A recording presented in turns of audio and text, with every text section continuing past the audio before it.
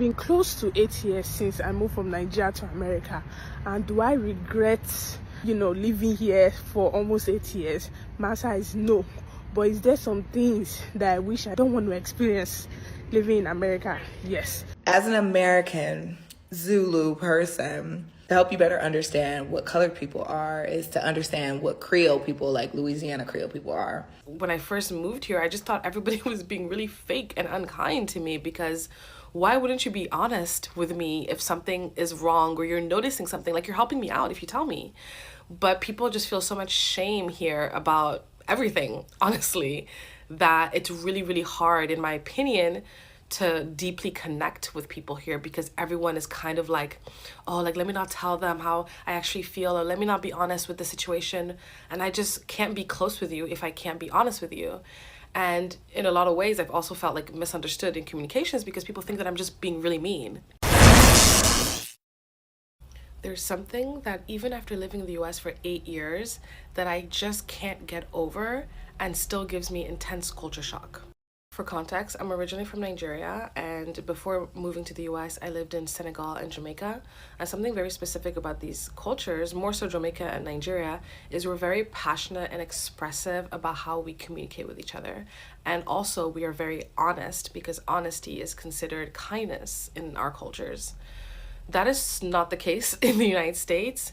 And I would also say the UK was similar in this way, where kindness in communication is lying and omitting information to each other, because above all, we spare people's feelings in the US, whereas sparing people's feelings in Jamaica and Nigeria isn't the least of our concerns, because I would rather and I would rather know that something's going on and deal with the emotional baggage of it, later on.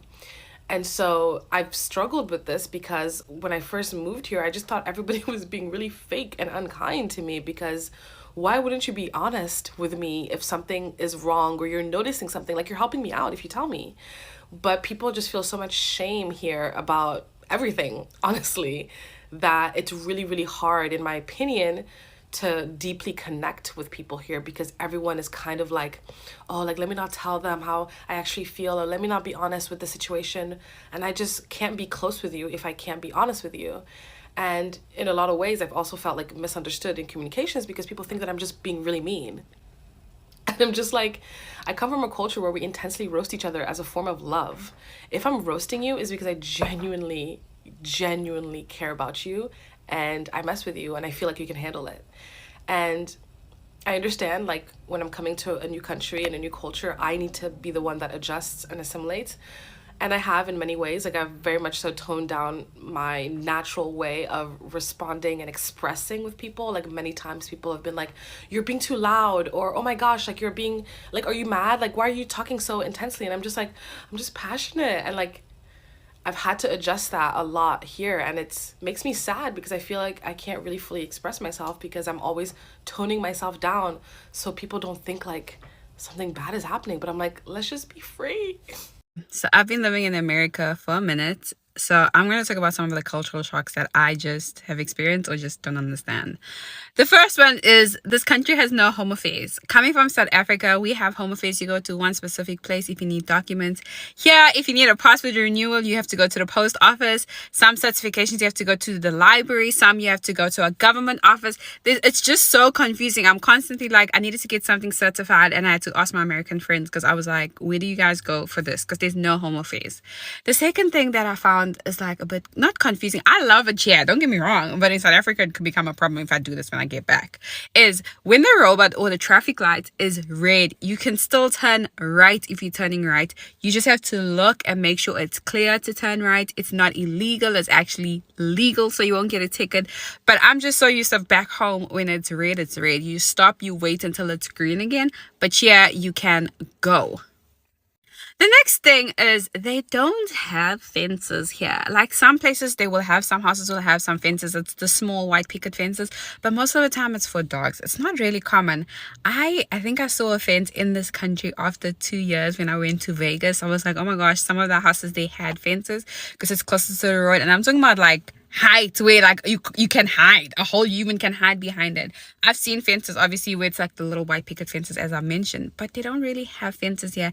And I find it weird because even by the schools they don't have fences around the schools, and I'm like, don't the kids just want to leave if they can leave? Okay, the fourth thing is the money all looks the same.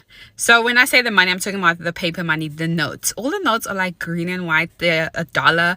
And like for me, when I got you, I was like, why? Because like back home, if it's 10 rand, it's green. The 20 rand is brown. I think the 50 rand is pink. And the colors are different. The notes are different. Versus here, the numbers are the only thing that's different on it. All the notes look the same. And so you could be carrying a 1, or you could be carrying a 2, or you could be carrying a 5, or you could be carrying a 10.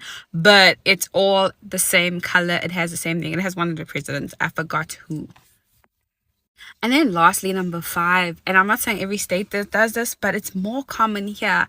People wash their hair in the kitchen sink. Now, I know I will not be washing my hair in my mama's kitchen sink back home. But people wash it because they say, like, I know some people wash their hair in the shower, but it's normal. Or I don't want to say normal in every household. I've just seen majority of people wash their hair here. Even when I went to go wash my hair in the first year of being here, I went to this lady and she like has her salon in her house, this whole thing, and she dyes your hair. And she washed my hair in the sink. Now, I am all for the hustle, but y'all, there's a bathroom, there's a shower. Like, I was just like, I felt uncomfortable. And then she offered me water from the same sink. And I was like, no, thank you. Because why? It's been close to 8 years since I moved from Nigeria to America. And do I regret, living here for almost 8 years? My answer is no. But is there some things that I wish I don't want to experience living in America? Yes. So let me just tell you some things I don't regret. First and foremost, I know that this is God's plan for me. I know some people will say, Nigeria, too much Christian. I know why I'm saying this. So I know I don't. That's one of the reasons why I try not to regret it when I'm here. Second thing is I'm just going to be very, very honest. The financial aspect, right? The dollar rate is way, it don't beat naira, so way higher than naira. And to be honest, you work for your money and you get paid due at your due time. And the opportunities here are just, I don't know, it's way better, especially if you have your US citizenship and all those stuff. But if you don't have all those your stuff, it might become difficult for you. But to be honest, the dollar rate is just way better. Another thing is just the whole good roads and everything. You guys know, not all states have good roads and things like that. I live in the United States, by the way. Not all of them have it, but the economy looks functioning. It's alive. But let me tell you some things that I don't like. So I'm just how old? I'm just in my early 20s. I live with my parents I'm living with my parents here. My parents has to work every single time. They have to work. They have to do this, and trust them, they have to take care of their kids here. They have to also take care of their family back home in Nigeria. Because if you're in the abroad, it's you that is carrying the entire family on your head. So yeah, having to see my parents work every single time, to me, is just very stressful. Like, I don't want them to experience that. My goal is just that I just pray one day my parents will just be able to live a very, very comfortable life where they don't have to stress too much because they are growing older. And yeah, that's just one of the things that I don't like this American culture, because you have to work. Not every time. There are some people that don't have to work long hours and things like that, but we'll try to get there. Another thing is in the aspect of education, student loans and things like that. I'm just coming back from work, so I'm holding my lunch pack. Student loans and things like that, right? If you're a US citizenship, you're entitled to getting all these financial aid, and it could help you with funding your education. But if you don't have your citizenship and things like that, it can become very, very difficult, especially if you start to go to all these private universities and all this type of stuff. But for me, now I already graduated from undergrad, but going to grad school is kind of expensive because they don't really give you financial aid when it comes to grad school. You have to do like all this, you either work or do all this, like take out loans and things like that. Here in this country, they are very, very big on all these student loans. You meet people, they tell you, oh, they have this amount of student loan, they have 30,000, they have 400, $300,000 in student loans, depending on what you study, if it's law, and things like that. But I don't just like this aspect of having to take out loans. That's just something I really do not like about this American system. And another thing I don't really like, to be honest, is the fact that I know it feels like I have my peace of mind here, because in Nigeria, I cannot start telling you my whole story. It's like I have my peace of mind here, but I don't really have much family members here. But at the same time, I'm not stressing too much about family wahala and things like that, right? That's something I'm very, very grateful for. Another thing is the amount of cash coming, is the amount of mortgage and things like that you have to pay, mortgage and the bills. Trust me, if you don't have a steady income, it's going to be very difficult. If you want me to continue, I might continue. It's already 5 minutes. See you guys later. One thing that I have been struggling so much with unlearning as a South African living in America is the fact that not everyone is out there to get you. Being born and raised in South Africa, you just know that you cannot announce certain things because there's people out there lurking. There's like village pilots, and they're very strong, and they somehow don't use the power that they have to, elevate themselves, but they use it to bring other people down. So it scares me to announce anything that's great that happens in my life. Like I just cannot. I'm not allowed to, basically, because chances are that might be taken away from me, And I was seeing this girl that I've been following for a while on Instagram. She recently posted like this big announcement that she's pregnant. It was beautiful. Everyone was showering her with love. We were just there like, oh my God, yes, And I was like, I could never. Like I could never do that. Not because I don't want to, but because I don't have that privilege to post things like that. I would love to. I would love to take everyone on the journey when I'm pregnant. Just be like, oh my God, today this happened. Today I was craving this. Oh my God, my husband did this for me in my beginning. I cannot do that though, because I am African. At the end of the day, yes, I'm living in America, but at the end of the day, I am African. And I don't want to say African as in like everyone in Africa does this, but in South Africa, it's a thing. And if you are from South Africa, you know what I'm talking about. You know what I'm talking about. So it makes me sad. It makes me sad that I just have to keep certain things to myself. Like pregnancy, if I get pregnant, I have to, a whole 9 months, I have to hide my belly. I have to, all of that. I have to make sure that I take a lot of pictures before my belly starts showing too. And then the only time I can announce my baby is when he or she is born. And so it's something that I would love to unlearn, but at the same time, like, I don't have that privilege to unlearn that. I have to keep it in my life, keep it at the back of my mind every time I want to announce something. And it sucks to live like that. It really does suck to live like that, but what else can we do? That's all though. As you were. Disadvantage of living in America. Number one is cost of living. Cost of living is very high. House rent, high. I know we earn a lot here.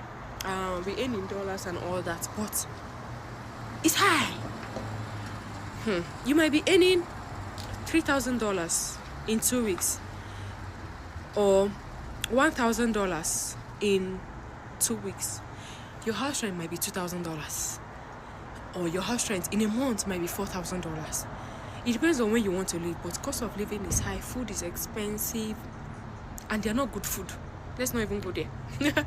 Okay, cost of living is high. Everything is high here. Transportation, Uber. Don't even go to Uber. Don't use Uber when you come to USA. Don't ever use bus. It's high. It's expensive. It's very expensive. Okay, number two.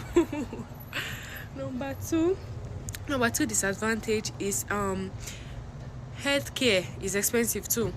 The cost of healthcare is high.